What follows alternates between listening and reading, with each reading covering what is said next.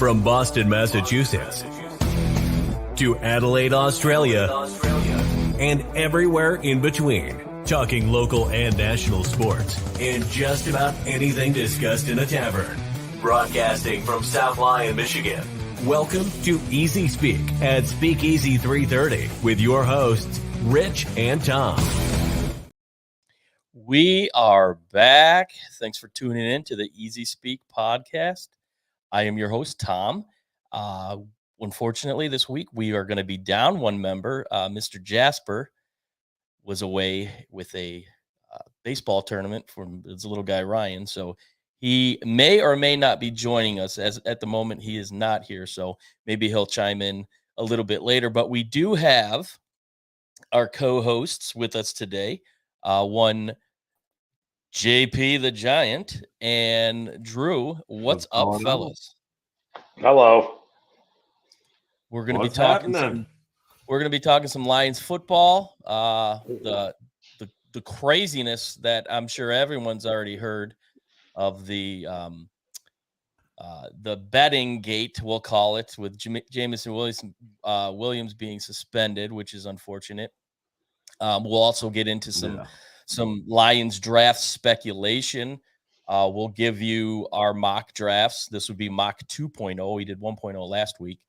And then we'll go into some selfish picks that we would love to see the Lions have, and then do what they will probably go with. And we've got some follower submissions that we'll put up on the screen. And then we'll also get in depth with the NFC North, basically their team leads, and break down who we think that they might pick in the first round. And we'll close the show with a fun little segment we put out on our socials this week.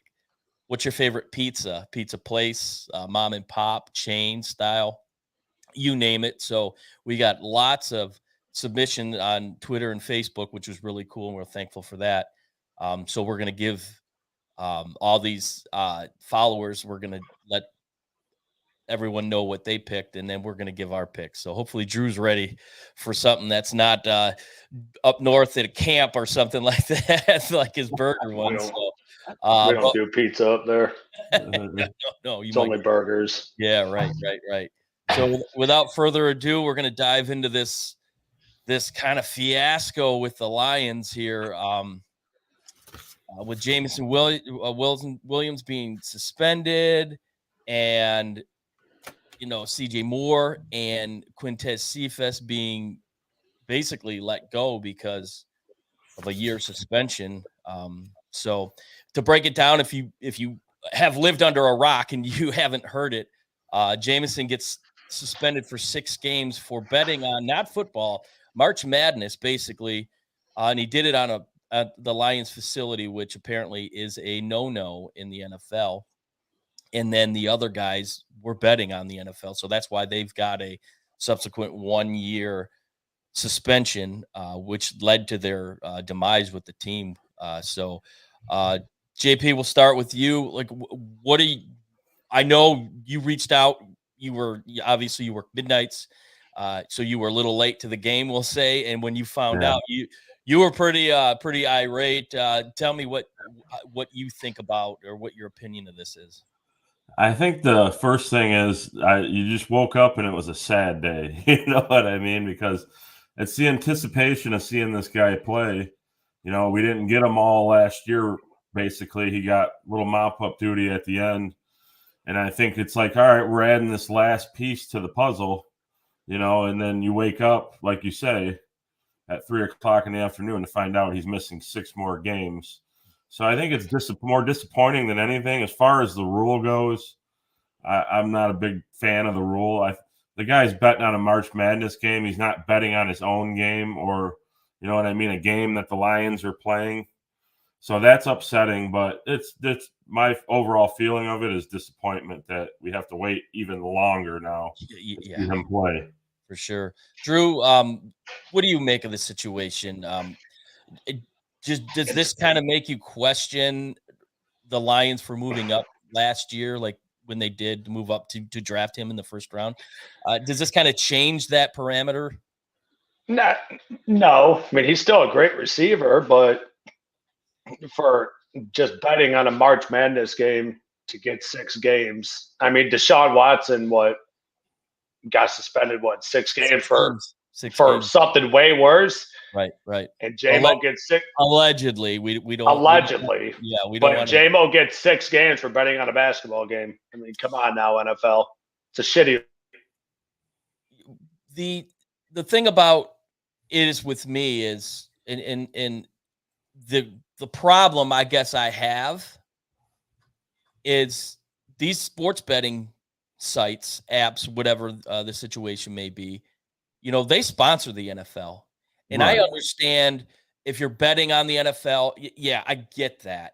But for the guys that are just casually betting on other sports, I just don't agree with it. And my question really would be, does the league emphasize that it's a no-no to do on any facility? Is that something that's been, talked about?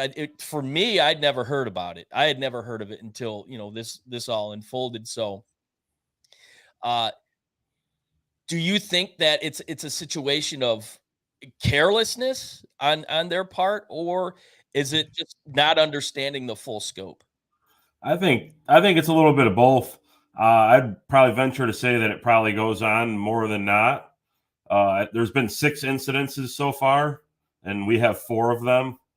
So that's a little disheartening. Yeah, it is. I think if everybody should have learned from the whole Calvin Ridley deal. Yeah. You know what I mean? When he had to sit out the whole year for betting on the game. Right. I think it's just going to be a case where they're just going to have to say there's no betting at all because there's too much gray area in the matter. You know what I mean?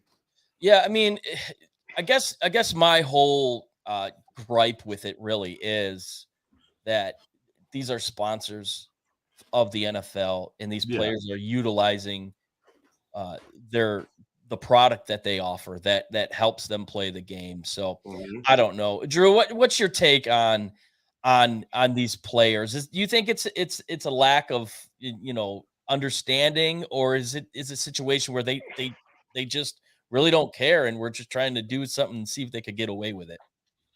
I don't think it's that they don't care. I mean, it's like you said, it's if the NFL is going to suspend the guys for it and really come down on it, 6 games, it's damn near half a season. Then they come out, send out a memo and say no betting. Yeah. No betting from week 1 to the whole season. Just no betting in the off season. Obviously, it won't matter. But come out and say, hey, don't do it or you'll get suspended, which I don't think the NFL just upsets me. I was excited to see J-Mo have a breakout season, and then we got hit with this. Well, to me, I think the NFL should probably, since 5 guys just got cut. Hey, my question is, how did they get caught? Did these companies kind of snitch on them and report? Maybe that's part of the stipulation of it. They have to kind of, pay attention to certain players if they log in or whatnot. But I would like to see the NFL make a statement stating that, we do not tolerate online gambling in our facilities, whether it be, practice facilities, locker rooms, or anything of that nature. And kind of highlight that, yes, it is something that we allow as long as it's not football related. You can bet on the March Madness, but you cannot bet in the facility. So I would like to see the NFL do that, which I don't think they have as of this point. But my thing with Jameson too is another character issue here. This guy's been going around the city of Detroit, not downtown. He's hanging around in the streets, right? Going into liquor stores and stuff like that. Yeah, I understand. He's kind of getting in with the people. I get it, but I wouldn't want my player, my high-profile first-round draft pick, who's missed almost an entire year, getting himself into trouble. And now this. Are we dealing with the character issue, JP? It's like I said, it's a small sample size. I know that, he's been on some of the social media things of, wanting number one as soon as they traded Okuda and liking social media posts about trading for quarterbacks and thing like that. I think he's been a little opinionated so far.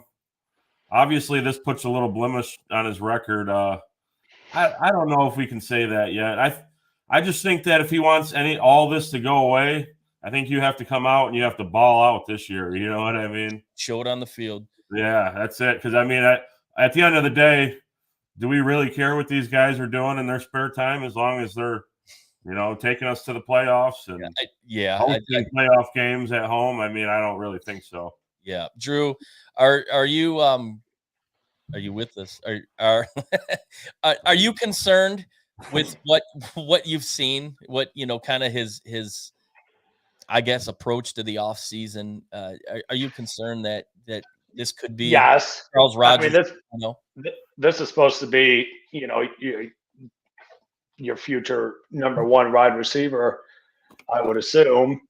And granted, I get it. He's young and he still has a life to live, but I just feel like once you get drafted into the NFL, priorities have got to start taking precedent over anything you want to do in the streets or social media. It's time to get down to work, you know. And there's a small part of me that fears that I don't want to use the word bust, but he may not have a great career. Well, let's not forget where he started his college career at. Just putting it out there. A hell of a place. But I guess that leads into our next topic. Really, does this potentially change, I guess, the mindset that the Lions might have going into this draft, losing who would have been maybe your deep threat at receiver? Do they possibly go a wide receiver in this draft? Drew, we'll start with you. Do you think this changes the approach? Yeah, for sure. Yeah, for sure. And to get this put in your lap a week before the draft, we had their draft kind of finalized and who they wanted to get, and now you get this. I might be a little biased, but I say go get Smith and Jigba. Well, we don't want to get ahead of ourselves because that's coming up here in the next few minutes. Yeah. But no, there's your draft, especially first, second round now has got to change. Wide receiver is definitely a position they need. J-Mo's done for 6 games. You lost Chark, so you need that. You need a guy there. Tim made a good point. Chris Carter was. He arguably one of the top 10 greatest receivers of all time, and he went to Ohio State. Damn right he did. But he had character issues early on, and it really wasn't until he went to Minnesota where he kind of seemed to figure it out that I gotta get my head straight if I want to be considered one of the best. JP, with the suspension, 6 games, and him missing the majority of last year. Are we looking at a different kind of direction, Brad Holmes, or is it status quo as far as they're concerned? I'm going to go with the status quo. I think at some point in the draft they were going to take a receiver anyway. I think they've shown that you can take a receiver in the 4th, 5th round. You signed Marvin Jones. You still got Khalif Raymond, Josh Reynolds that are both serviceable guys. Monra, they use the running backs out of the backfield quite a bit. Get those tight ends involved a little bit. They'll probably take another tight end. I think you can hold off. I don't think you have to jump into the 1st or 2nd round to get one. Like I said, I think they're going to get one at some point anyway. Yeah.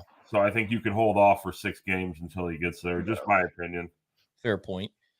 So I guess this will lead into our mock draft 2.0. And since you were just talking, JP, we'll start with you. I'll flash it up on the screen.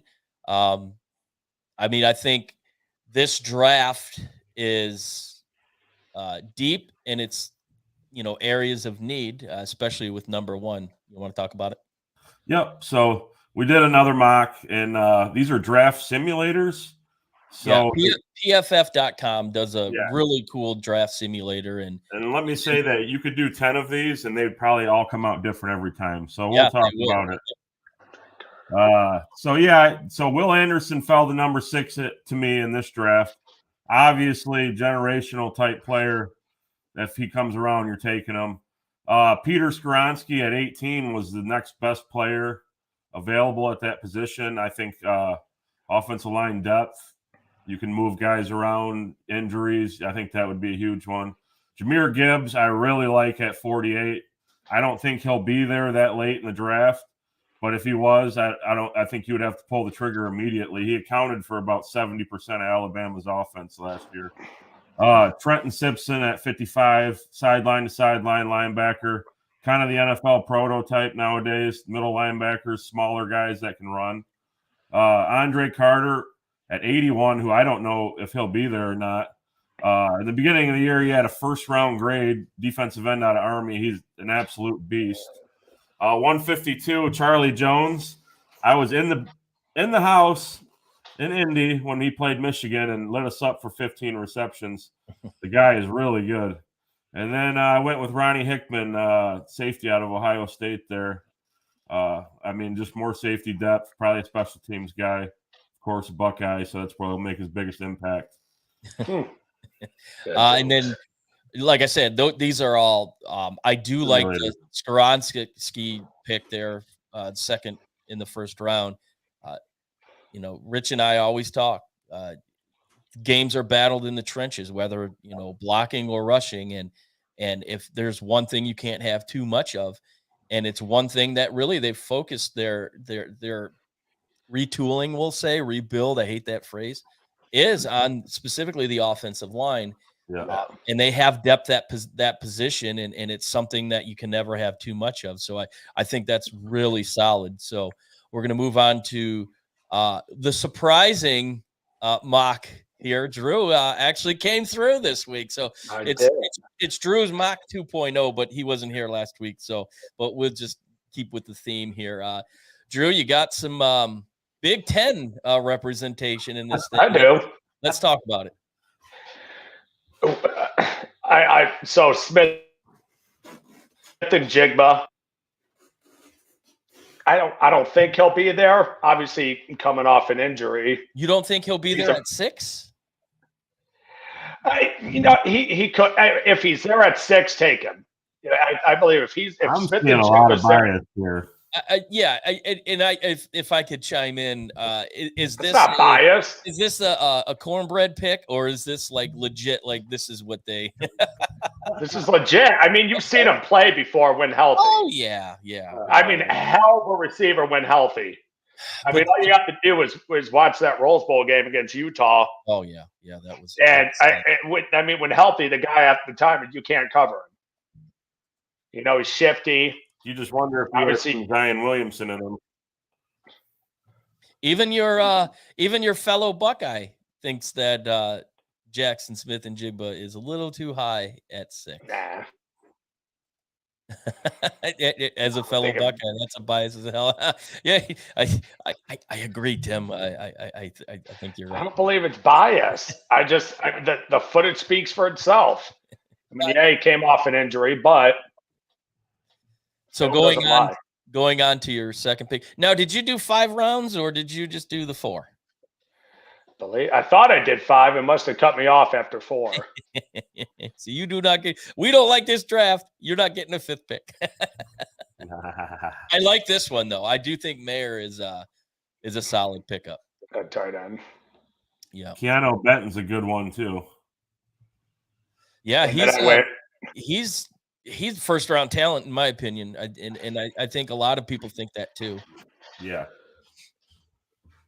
And then Cindy Brown, I think Weatherspoon kind of took some of the limelight off of him, but he's a really good safety with a hybrid position, which it seems like a lot of these players are going down that route. But I think Illinois is quietly putting out some good DBs, man. Secondary, yeah. I mean, with Joseph here. So, yeah. Drew, let me ask you here: are you concerned at all with the health concerns that Njigba had last year. He missed most of the season. And then when we thought that he might actually play in the Rose Bowl, he didn't. Do those things concern you for making a pick that high for a receiver? No, I mean, I was bummed when he didn't play or to finish the season last year, but I just think if we would have had him maybe against Georgia to kind of complement Harrison, yeah, maybe we're talking about a different story. Yeah, that's but true. he wanted to get ready he was ready for the NFL. He wanted to get ready. He didn't want to risk an injury. And that's the problem you run into. And that's always been the problem with late season college football is you get a lot of these guys who say, "Oh, I'm not going to play. I'll just rest out." But don't you think with NIL now that the money isn't as much a concern as it used to be? Well, NIL is changing the game because what was it before?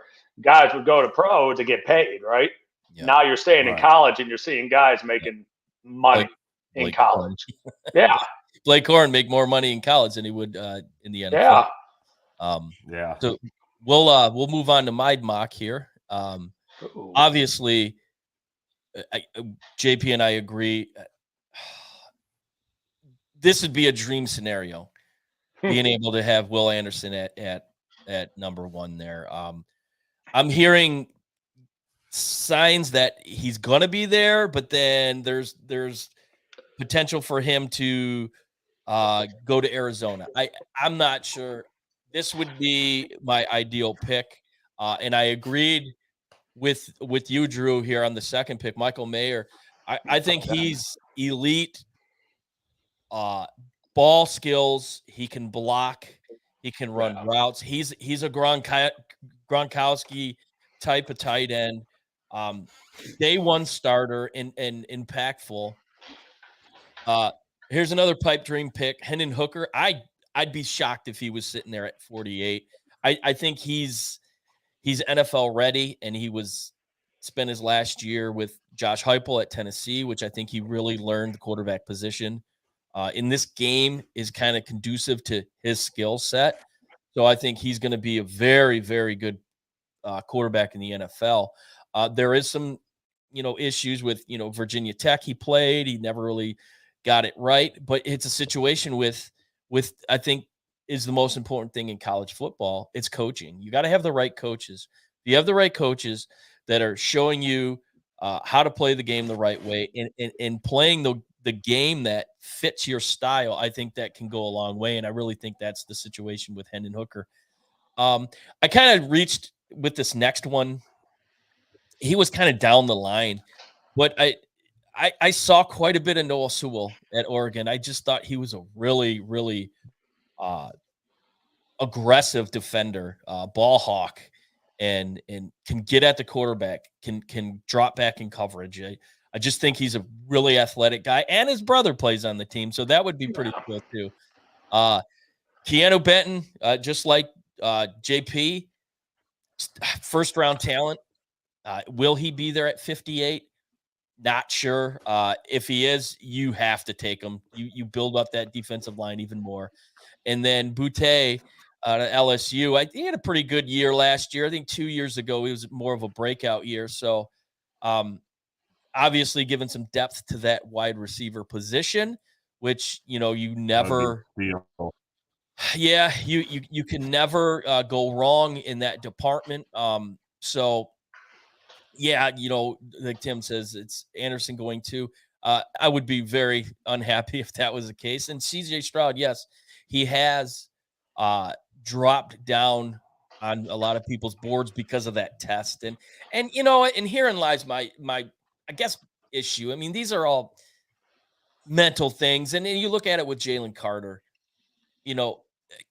outside noise will say, I've seen a lot of these guys. I'm making faces, and I apologize for that, but I've seen enough on the field. There's enough game tape for these guys. CJ Stroud's a gunslinger, and if he needed to run, he can do that. Maybe not as athletic as Justin Fields, but he can play in the NFL. No, Jalen for sure. Carter. I mean, racing cars, not making it through his pro day. But there's some clips of this guy that I'm telling you, the guy can play football. So I don't know if all that outside stuff matters. JP, what do you think about all that? You know, do you think that really is a deciding factor with a lot of these general managers going in and looking at that?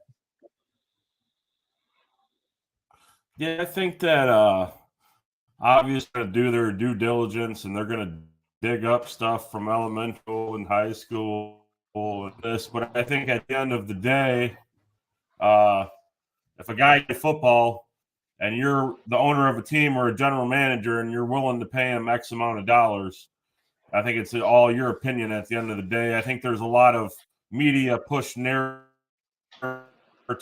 around this time. Yeah, I mean, I get that. You know, you're investing a lot of money into a player. But the reality is this guy's a beast. He's a beast, and he's like this play right here coming up and who I would love to see in the Lions uniform. I mean, he bull charged. He bull charged his way to the quarterback. He's unblockable for the most part.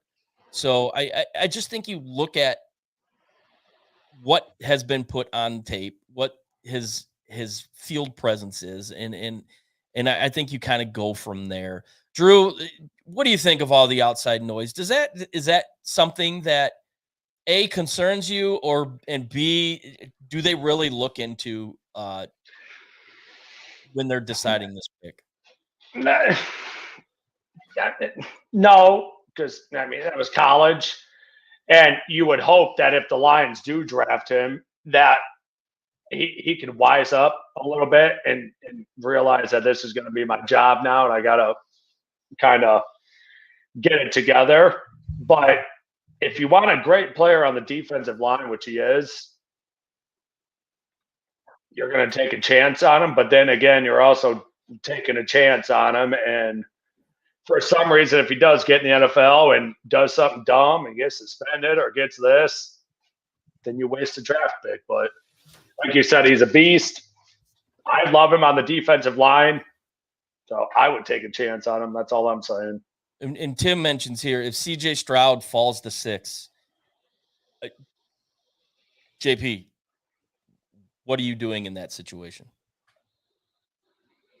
I would think I would do it. I kind of have to.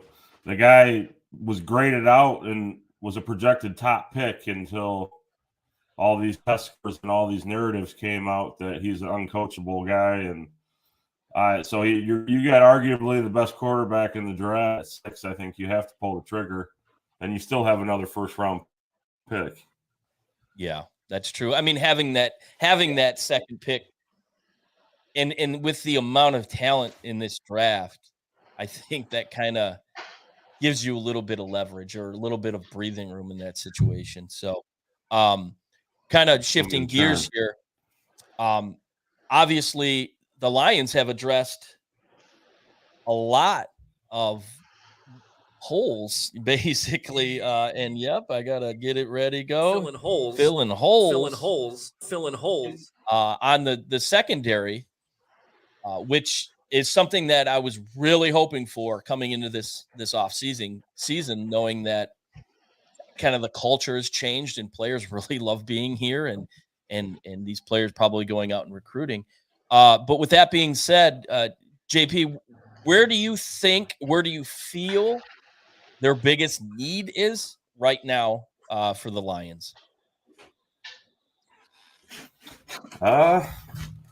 It's hard to say, man. I believe that they need to upgrade the linebackers. I played a lot better here. I'm not crazy about him. Rodriguez is a decent, but I think at this point, everything else has been serviceable to this point, plus the upgrades. That would be the position of need, in my opinion. Yeah, I think.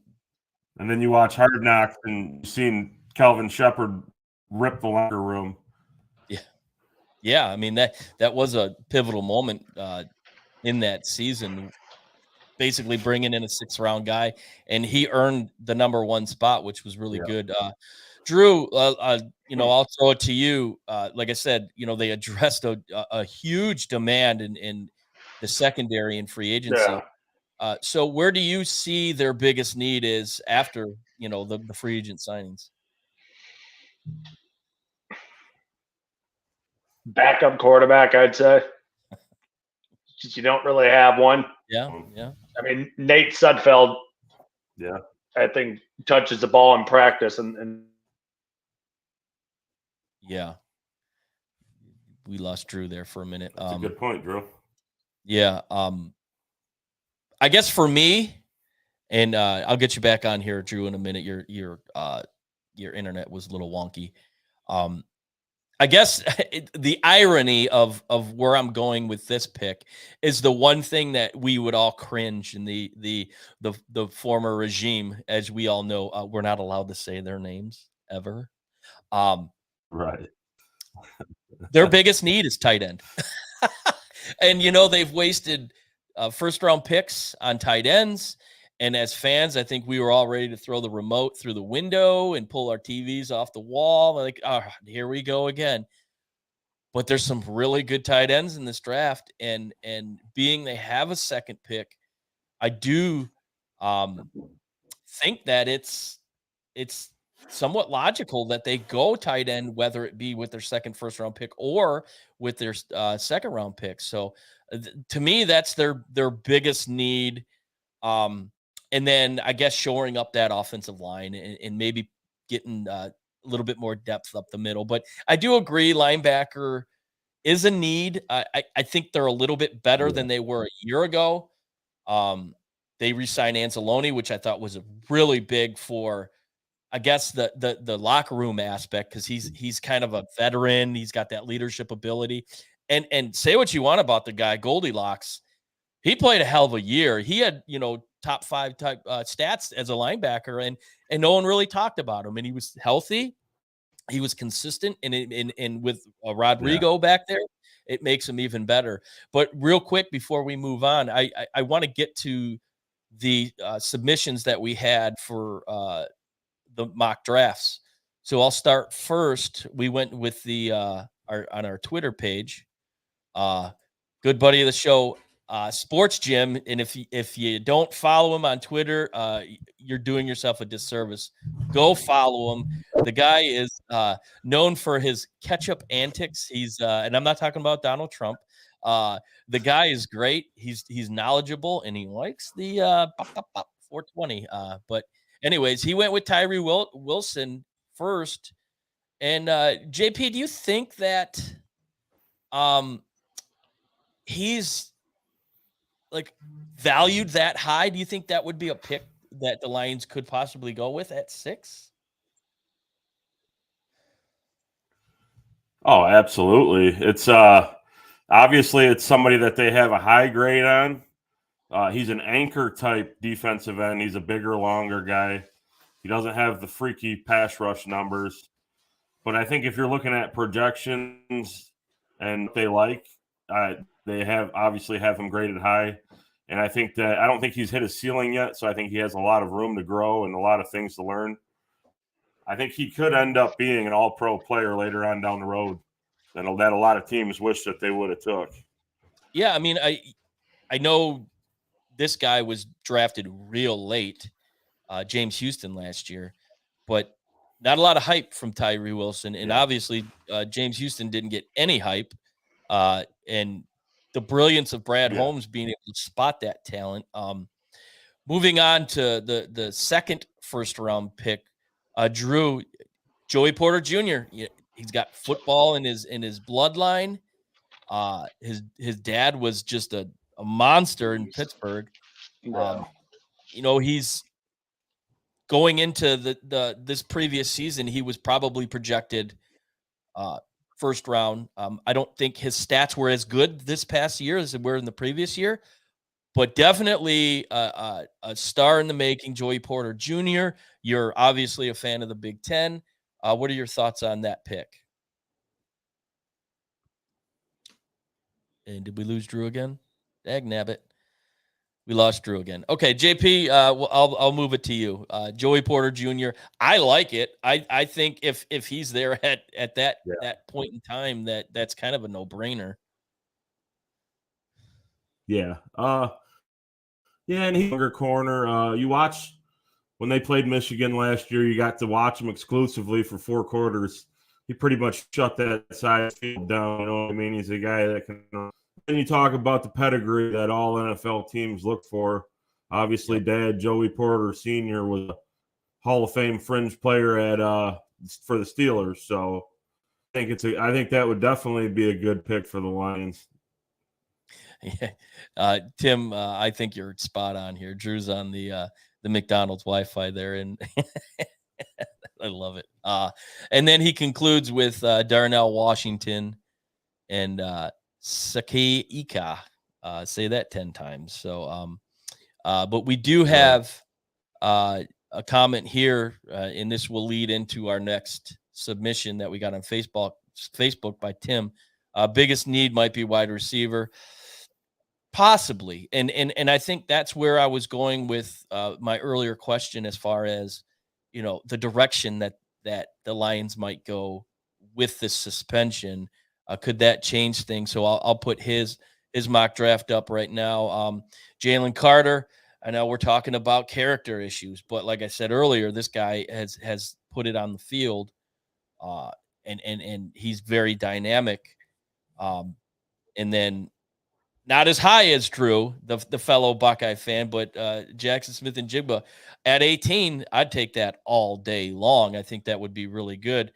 And JP, he agreed with you with Gibbs. I think that guy is as fast as all get up, and he can catch the ball out of the backfield. But what do you think about? I think we got Drew back, so we'll get Drew in here. What do you feel about that first round specifically? Do you like it, or is Jalen Carter worry you? Off the field issues, yes, but on the field issues, no. I mean, he could be a run stopper. He's a guy who can get after the quarterback, and then obviously Jigba with the playmaking abilities. Yeah. So that's a solid first round right there. Yep, I like it. Yeah, and to continue with the picks, Maisie Smith. I'm not sure about him. I think when the gun issue came out, I don't know if that took a little pizzazz out of him, but maybe he's gotten past it. Who knows? I mean, before that, he was kind of a monster. So I think prior to the gun issue, he may have gone a little bit higher, but that's probably where he fits in. And then he finishes off in the 5th with a tight end. So definitely needs that were filled with his pick. So I guess he's filling holes. He's filling holes. Absolutely. Got his cock clean. Well, maybe. I guess if he gets a good contract, he'll got his cock clean. Yeah, for sure. Yeah. So one of the things we wanted to talk about was our selfish picks. As fans, we're, we got to have this guy. Got to bring him in. The cornbread, the Honolulu blue and silver Kool-Aid. Bring it on, Yep. JP, who's that guy for you? I got 2 guys here for you. And when we talk about selfish needs, me and Tom talking about it, it's the sexy pick. It's not the positions of need. It's not what they need. This is what we want to see. You know what I mean? So my first guy is Bijan Robinson. Obviously, led the country in forced missed tackles last year. He's a combo guy. I think he's going to fit really good wherever he goes. And my second one is Drew's guy, Jackson Smith and Jigba. Right. So if you go back to 2021 season when he played a full season, he had 95 receptions and 1,600 yards. The guy's a route running demon. He's basically unguardable. To what I was saying earlier. Yeah, I mean, going back to that Rose Bowl game, I mean, you had a double-headed monster with him and Harrison Jr. So what did he have? He had something like 300 some odd yards in that game. It was insane by himself. Right. So I guess I'll ask you the same question, Drew. Who is that cornbread pick, that guy that you don't care? You want him in a Lion uniform. I'll go 2. I'll go Will Anderson to complement Hutchinson. And then I'll say Njigba. I was going to say CJ Stroud, but I'll say Njigba. Definitely Njigba. But definitely Will Anderson for sure. Well, here's some highlights of Bijan Robinson. He came in last year with a lot of hype, and a little bit of a disappointing start. They played Alabama in their opener, I think, and he didn't really get a lot. There was a couple games he really didn't, but he has a generational talent. The concern with running backs is they're kind of a dime a dozen, and you can get a lot of value at running back late in the draft. But I was reading today that somebody in the Lions front office compared to him to like a Barry Sanders type runner. I think that's a stretch. Sacrilegious to say, but I don't know. But early on, I don't think that's something they would go. But my cornbread pick, I agree with you, Drew. It's Will Anderson. The guy last year, basically, with Hutchinson, people thought that he should have got the Heisman. Yeah. And now if you could take and you bookend them two with Hutchinson on one side and Anderson on the other, I'm not counting the chickens before they're hatched, but that's scary. That's scary. And that makes players like Isaiah Buggs up the middle, just like saying that name, I'm not going to lie, who they re-signed, which was really good. Trash heap pickup last year, and they, were able to re-sign him because of the culture. So I think these guys make those type of players better, make the linebackers better. So you bring in a guy like that, then, and obviously your team benefits from it. So with that being said, the cornbread pick, the sexy pick will say, now let's go into all right, let's calm down.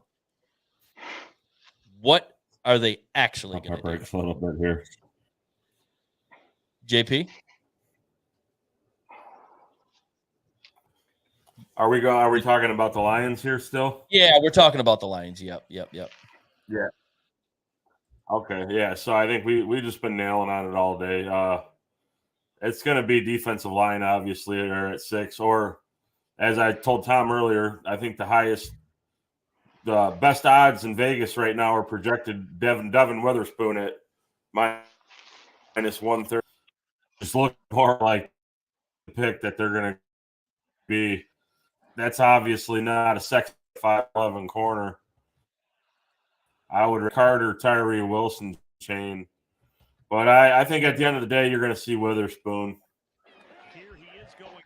Yeah, I mean, it's another Illini like we talked about, lining him up in that defense, having Kirby Joseph in the back. There's familiarity there. Say that 10 times, which I think helps. Drew, real quick, who do you got? Who do you think they will actually go for? I can see Witherspoon, a shutdown secondary guy, but I'll go Witherspoon. I was going to say wide receiver, but I think the Lions need a shutdown guy. I mean, you don't have Okudah anymore, and I know Okudah was hit or miss, but that's still a position that needs to be filled. So I really wouldn't mind Witherspoon back there. He seems like a ball hog. Yeah, he seems like a guy who can go out there and make plays. He gets after the ball. He can get in the backfield.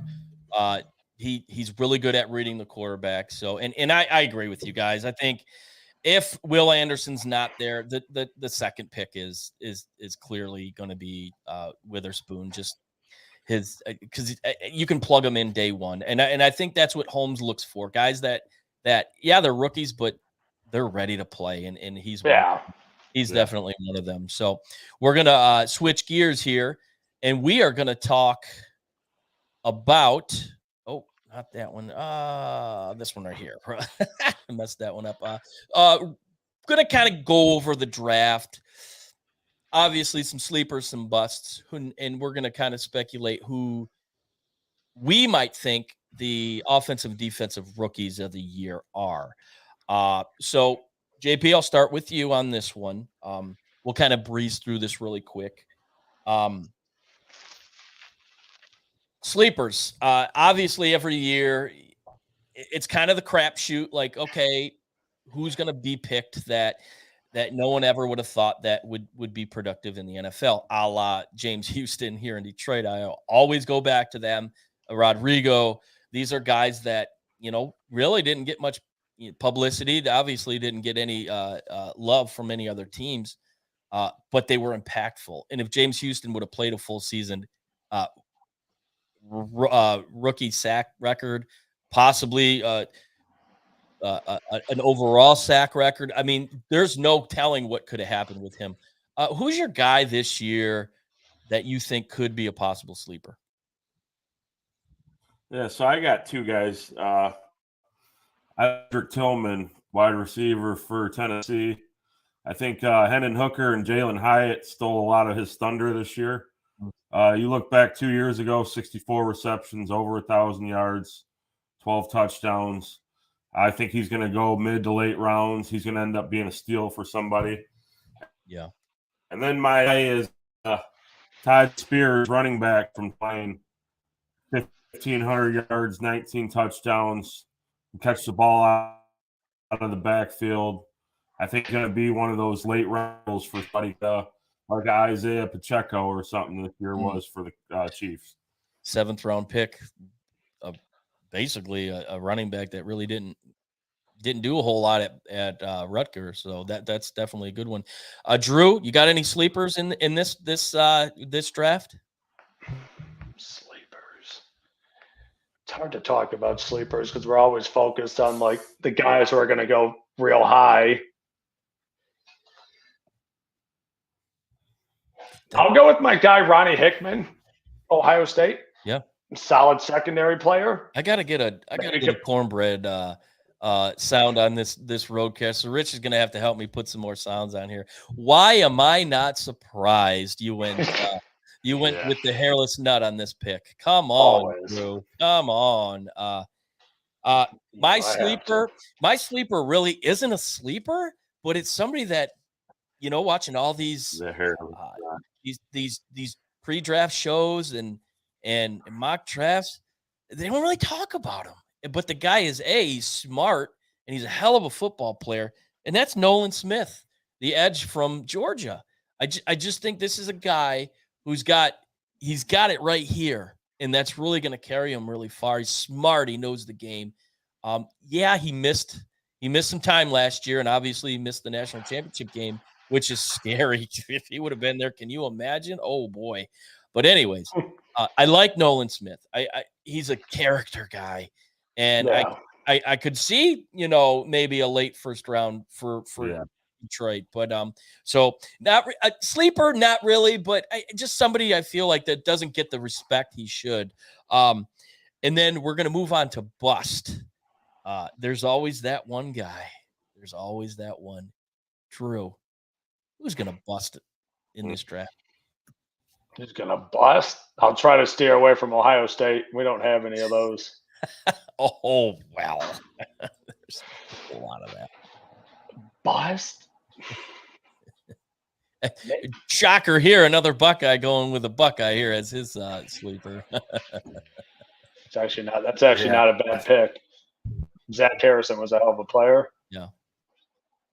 So who's just gonna all the hype train, or he's just gonna crap the bed next year? And I think we lost Drew again. We'll get him back on. Drew, your McDonald's Wi-Fi is wreaking havoc on the Easy Speak podcast. All right. Well, JP, you're up. What do you got? So, yeah, my first guy here, I'm going to go with Will Levis, 2021 through 13 or another 10 this year. Obviously, the accuracy issues. When you watch games, he doesn't really rise to the occasion.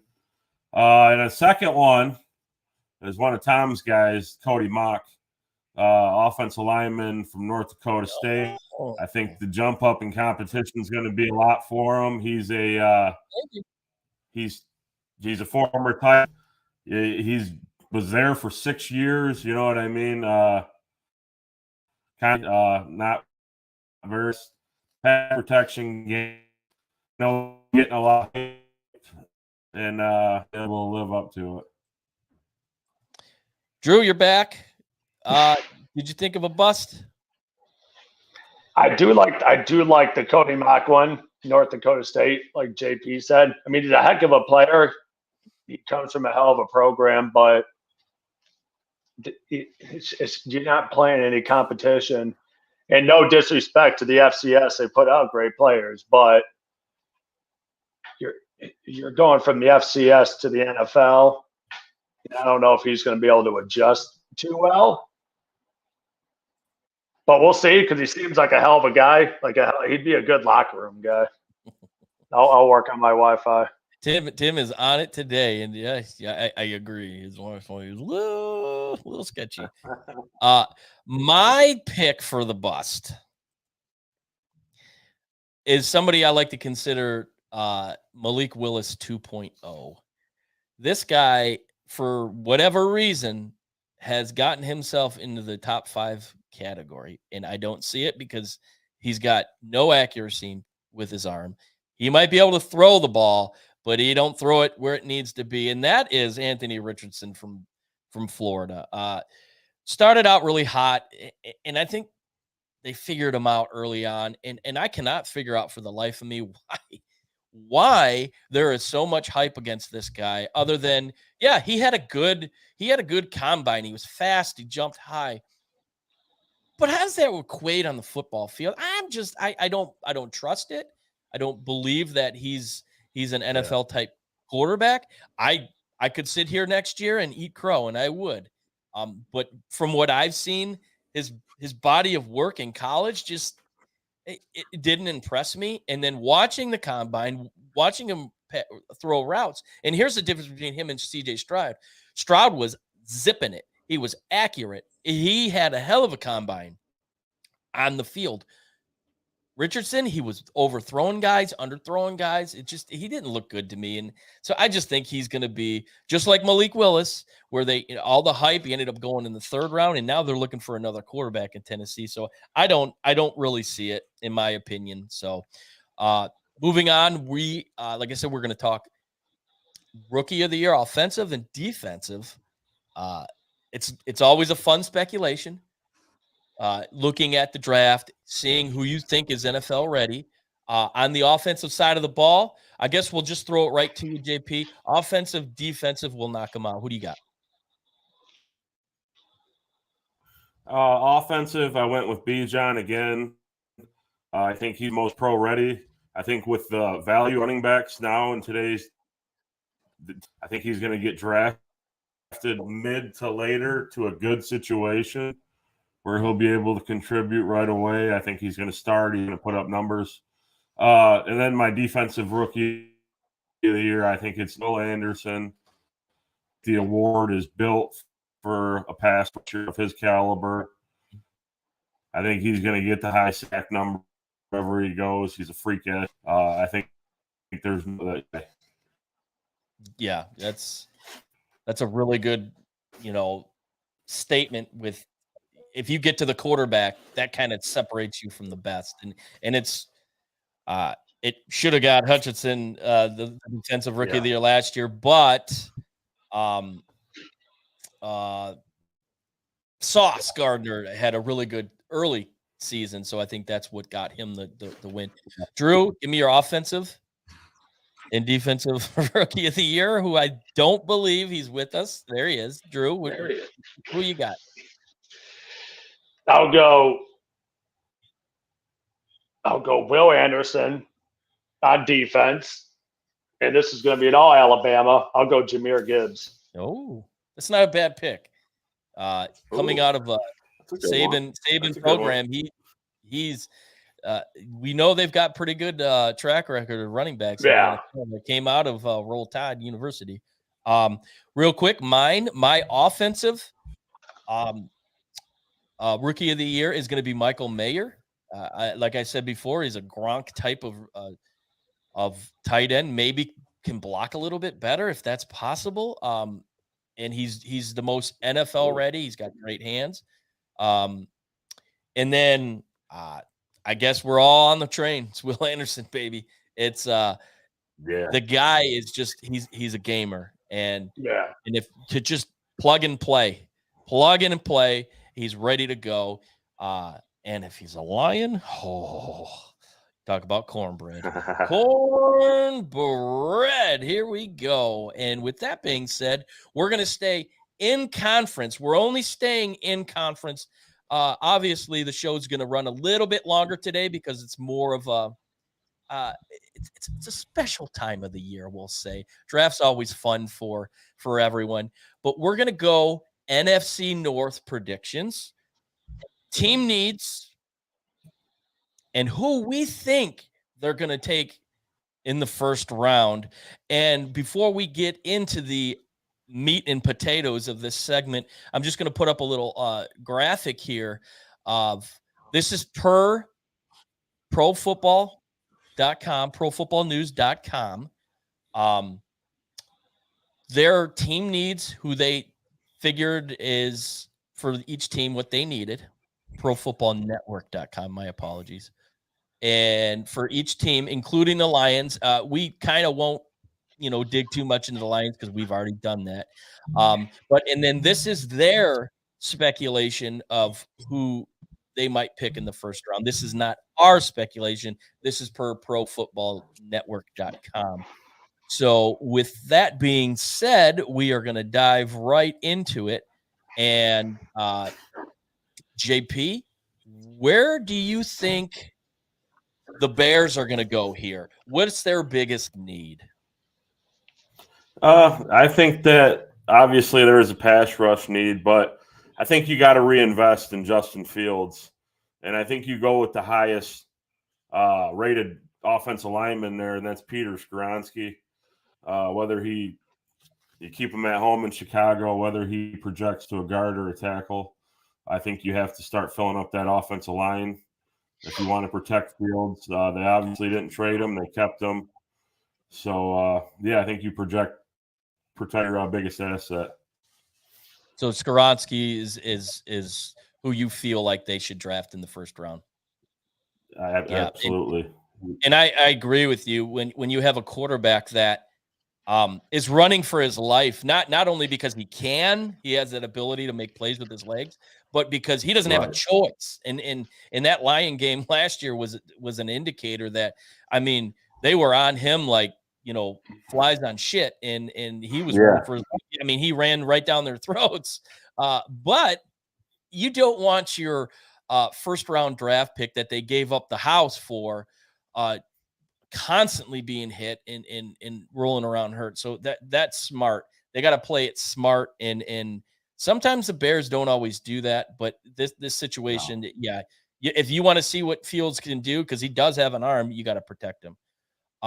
Drew, let's go Vikings with you. Who do you say the Vikings will go? Where do you see them as their biggest needs, and where do you like them to take in the first round? I like them going wide receiver, giving Kirk another target. They got Justin Jefferson, but and they got rid of Adam. You got that Love and Thielen. They got rid of Thielen, so maybe the tight end from Notre Dame. They could go tight end from Notre Dame. Well, they signed Hawkinson, so. Well, you see how far that really goes.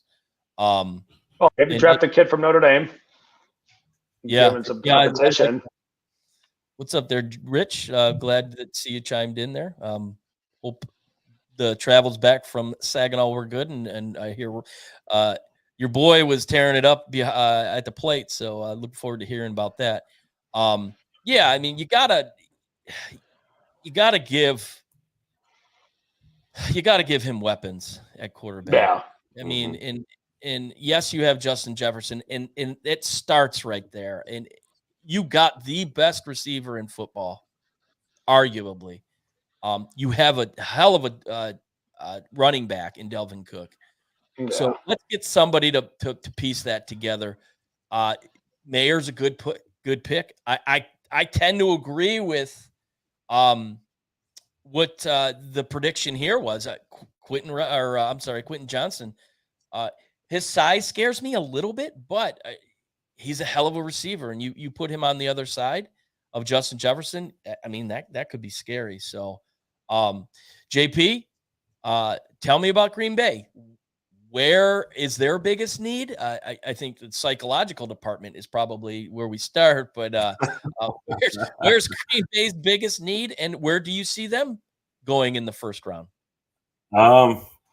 We don't know what the hell's going on with this quarterback situation. Is Rodgers staying? Is he leaving?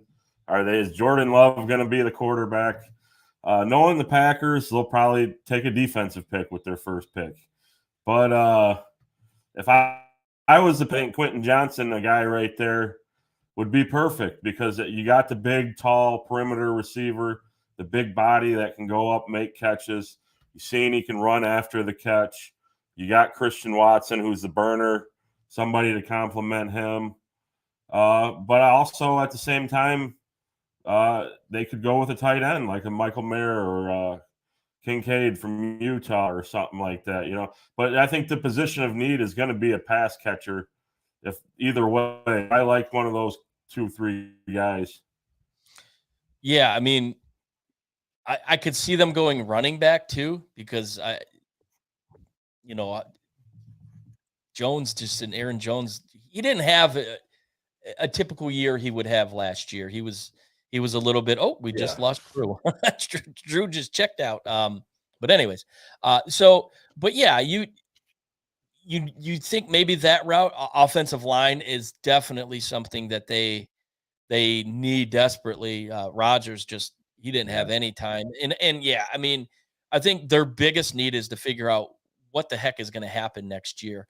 Once again, Aaron Rodgers is hijacking an NFL franchise. The difference this year, he's hijacking 2 NFL franchises with the Jets. And in my personal opinion, I think the Jets should say, you know what, I'm out. I'm going to go get Lamar or do something else because this is it's all about Aaron and that just screams it's all about me, and he's not a team guy. I wouldn't want him in my clubhouse. I don't care all the accolades that he has. He's got 1 Super Bowl. I know it's more than we could say about what we've got here, but he's got 1. Yeah. And his head barely fits in Green Bay, and there's Green Bay is really big. So my concern with Green Bay though is we're a few days away from the draft and there's one.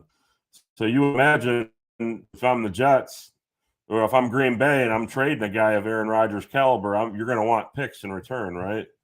And there's nothing done. You would think so, yeah. So the situation is just confusing as all out there. Yeah, I mean, it's like I said, it's just it's gone on. And the one thing he said it's going to be quick. I'm going to go into hibernation or whatever, the Ashwagandha 4-day dark retreat that he went on, and he probably came out talking to UFOs, and he's probably got them in the caves and the volcanoes. But and here we go. 2 months later, we still don't know what Aaron Rodgers, but he goes on Pat McAfee every Tuesday and to talk nonsense. But anyway, enough of that. We're going to move on. We're going to move on to what turned out to be one heck of a fun little thing that we put together. We did the hamburger question we posed a few weeks ago, and this time we did pizza. Who wants some pizza? We put the question out there. What's your favorite pizza place? And we got some really cool responses and some really good people, a lot of our followers. kind of chimed in on Twitter and on Facebook of who their favorite pizza places are. And we're going to pop it up on the screen. And we divided it based on Twitter and Facebook. And the common thread was, and unfortunately, I have not had the opportunity to try this pizza. It is definitely top of my list, and it's Freddie the Pizza Man. This was overwhelmingly the winner here. But definitely there's a lot of good pizza places. And the caveat to all of this was it didn't have to be just in the Detroit metro area. So we had a submission from Las Vegas. There was a couple from Chicago, which was really fun. We had people reaching out from all walks that gave their opinions. And so there's a lot of great submissions. Your better half suggested the Lion's Den. She said the crust was heavenly, and I will admit, as a big fan of crust, one of my biggest pet peeves is when the kids these days, they eat up to the crust and throw it away. I'm like, you're throwing away the. Let me ask you a question. Fire. Do you eat breadsticks? Well, yeah. Absolutely. What do you think you're eating there? I mean, come on, people. So I definitely want to check that place out. Anything on this list, JP, that you agree with? Shamelessly, I love me some pins. I love me some pins, and I'm sure Rich is going to roast me for that one, but that was a little joke. But anything on this list that you agree with? So I'm looking here. I think Taste of the 80s is actually Slice of the 80s in Westland. It is. That one's okay. That was my so bad. they have odd common themed pizzas like a nacho cheese crust, which is kind of okay. Buscemi's, I think, is that the gas station pizza? I've had that one before. Yeah, Buscemi's is an East Side kind of staple. I'm an East Sider at heart. I live now nowhere near there, but yes, and I think they've put them in a couple gas stations.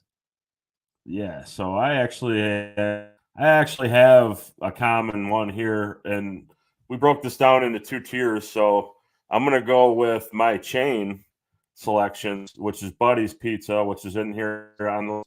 I think Buddy's has a great deep dish pizza, and then I went with Hungry Howie's, which is a staple. That's the Cajun crust. That's the like Tom said, it's the crust flavor for me. I think those two, as far as chain pizza goes, are at the top for me. That's a good one, Tim. I know there was a lot of them, and I these were popping up, and I was like the 313 pizza in Lake Orion. My wife's from Lake Orion, so I'm like, have you heard of this one? She goes, yeah, it's really good. And then Crispelli's and Bugalaro, or Bigalaro, I think it is. I think I misspelled that one too. Those are really good places as well.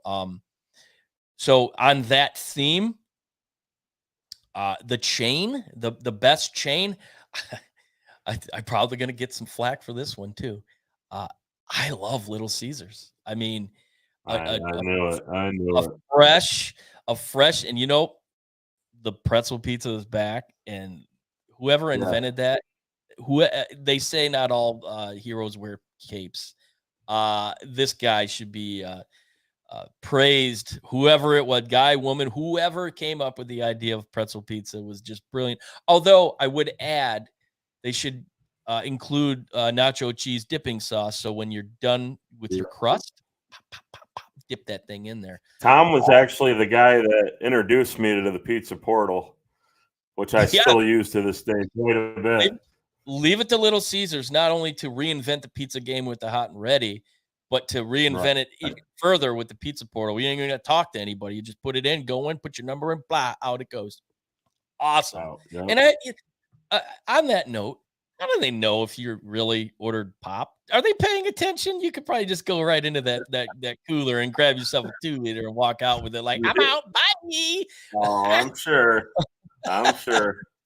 I kind of we went and picked up pizza last week, and I said to him, like, how do they even know? Like, I don't know. Probably shouldn't go there anyways. But when we ordered pop last time, we popped it out and it said, "Don't forget your pop." Yeah. I did hear that too. So Yeah. maybe there is a method to that madness. Here's one that I don't think a lot of people would really know. It's in Green Oak Township, which is you might as well call it Brayton. There's a little shopping center at their 23 and I believe it's Lee Road. It's called Rolling Stone. They do it in like a stone fried oven. We went in there recently. Oh my! It's like 5 minutes and it's done. What a solid pizza, thin crust, just delicious. I love it. And another non-chain, and I have not had this in a while. It was a former life of mine. Place in Highland. Crazy Gator, and I know they have one in. I do believe it's Westland. They have one as well. I think it's Inkster Road. I do believe they have one. Correct me if I'm wrong. But I don't know. Really solid. They have a really good deep dish pizza. Really good. I really enjoy it. And yes, I know I get roasted for this all the time. It pins the local bowling alley in South Line. Now I do it more or less anymore just to kind of rally up people because I always love the responses. Terrible pizza. It is not terrible. You're out of your mind. I love it. It is shit pizza. It is not shit pizza. I love it. It's so good. might have to send the better half this week to go get to go from the pins. Send pictures. I'm gonna have to, no doubt about that. Yeah. But real quick, we do want to thank everybody that submitted on our Twitter page and our Facebook page. We got a lot of really cool submissions from everybody. We really do appreciate. I know I still have mom and pop selections here too. Oh, okay. Yeah, go ahead and hammer those out. So I want to start off here with honorable mention for anybody that's from the Wayne Westland area, and it's Wayne's Rapple Pizza. It's my honorable mention selection. And then with my other one, I wanted to switch it up a little bit and go with the pizza rolls. And it's Pizza Town, which is out of a gas station on Wayne Road in Glenwood. The best pizza rolls there are.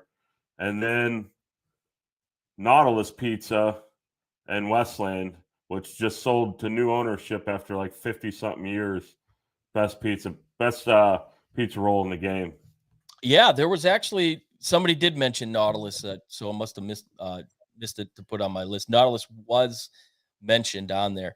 I do have one that I've a good buddy of mine always posts on Snapchat. It's Benny's Pizza or something like that. I think it's Benny in the Jets or Benny's or something pizza place. I think there's one in Redford. There's one in Livonia. It's got the grease cup pepperonis. Oh, those are so good. I love that. So we need to venture into Wayne County one of these nights and have one of those pies. But again, I do want to thank everybody that took the time out and gave their submissions. Hopefully they're following the show because we really appreciate that. But with that being said, we are going to move on to our second best segment here. It ain't my money. Ain't my problem. Not my problem. There will be a video at some point put together for that one. So in this segment, if you haven't watched before, we kind of do the dirty work for you. Yeah, sometimes betting is just, it's hard to read. I don't understand it. I don't know who to pick with. Well, that's where we come into play. We're going to give you a bet, or maybe even two this week. We'll see, since we've lost Drew and Rich was not able to join this week. But we give a bet that we think could be profitable for you. So this week we're going to obviously go with JP to start us off. Hey, It ain't your money, so it ain't your problem. What do you go? I'm going to go back to the well last week. Cashed in on the Denver Nuggets. I'm going to go back to it. I got the Nuggets -4 tonight, game 4 against Timberwolves. And then I got Nikola Jokic over 23.5 points. That one sits at +235 right now, plus money. Oh, I mean, that's a pretty good bit. 23 points from the potential trifecta MVP in the NBA. That's definitely a good pick. You have it, so that's it. You got the 2. Okay. Yep. I'm going to go to the NHL playoffs, and this series is turning out to be exciting. The first 2 games, Tampa just mollywopped Toronto. Game 2, Toronto mollywops Tampa. Game 3, Toronto wins in overtime in Tampa, so now they have a 2-1 lead. Game 4, I'm going to go. I think Tampa gets back on the schneid. I think they're going to end up taking it. That money line, they're going to win. That's -110. Over under is 6.5, and I think that's clearly going to be over based upon 2 of the 3 games in this series, what has happened. So I look for a lot of scoring in that game. And then I will also go over to the NBA. And this is a pick that maybe won't work, but the odds are so huge. It's worth putting a couple bucks on. I got the Clippers money line +575 against the Suns. Yeah, Kawhi hasn't played. That's probably coming into play here. But yeah, at +575, it's worth throwing a few bucks down. You know what's the worst that could happen? Again, it ain't my money. It's not my problem. So right. Throw a few bucks at it. What could hurt? It's always fun. But again, we have to premise this. Gamble respectively. Yeah. And there is a phone number that I do not have that I would have given to you if I had it, but you could Google it. You probably find it. So again, gamble responsibly, just like drinking. So I think some folks are already too far gone anyway. So you're probably do right. What the hell you want to do? No doubt about it. So, well, with that being said, this was an awesome show. It was fun to put together. Wish we would have been able to have Rich with us. But you know what? Dad duty's coming into play, and baseball is going to be a common theme. And so we'll see Rich on and off again throughout the summer because obviously this is a busy time for him. He won't be with us next week because he's heading over to the pond. He's heading to London on Wednesday, so he'll be gone for about a week. So that'll be exciting to hear his stories. He comes back with them. But don't forget to tune in next week. We're going to rehash the Lions draft. Are we going to be happy about it? We're going to be sad about it. We're going to talk about who we think came out on top and who didn't, we'll say. So we'll look forward to that. We'll try and hit on some more NBA and NHL playoffs. And obviously we have our Ain't My Money, Not My Problem segment. And we'll probably pop another favorite food item on the social. So look forward to that. So JP, you got any closing words tonight? Yeah, I'm going to go in a baseball fan and having a pro franchise here in this town, if that's what the hell you want to call it.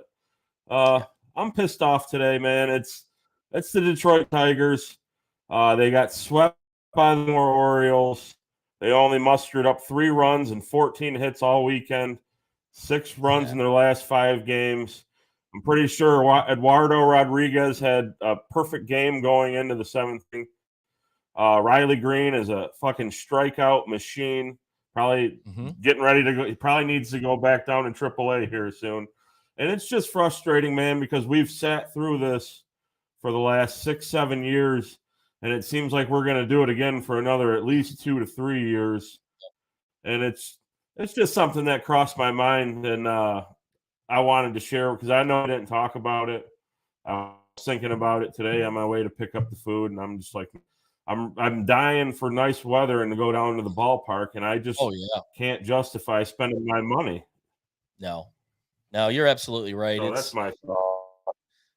Well said, and I agree. It's depressing. It's just, they've had early draft picks, and it just it just hasn't panned out. Injury bug after injury bug, and hype train derailment. So it's just been the same old same. As the SOT now, same old Tigers moniker. Are we going to start saying that since SOL no longer exists? But we'll hit on the Tigers, as the season progresses. And not really much to say about it, but I agree. It's been down doom and gloom down at the Copa. So it's tough. Yeah. So, but great show, JP.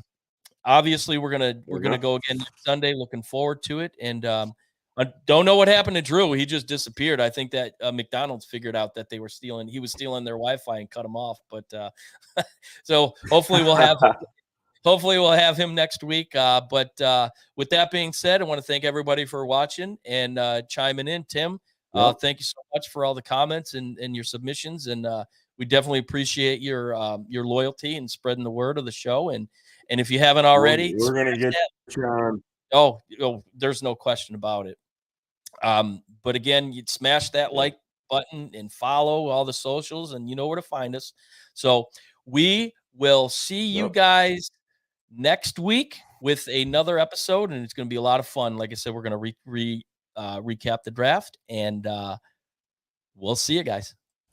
Thank you for listening to another episode of Easy Speak at Speakeasy 330. You can find us on Facebook, Twitter, and YouTube.